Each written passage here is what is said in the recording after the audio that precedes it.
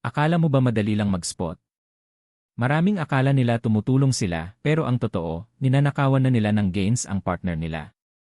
Ang pinakamalaking pagkakamali ng mga bagong spotter. Yung tinatawag nating upright row spotter, yung hindi pa man lang nahihirapan ang partner, binuhat na agad ang bar. Mali yun.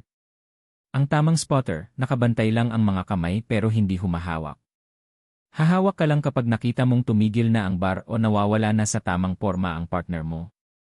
Bago magsimula ang set, mag-usap muna kayo. Tanungin mo, ilang reps ang gagawin natin, o kailangan mo ba ng tulong sa unang pagbuhat?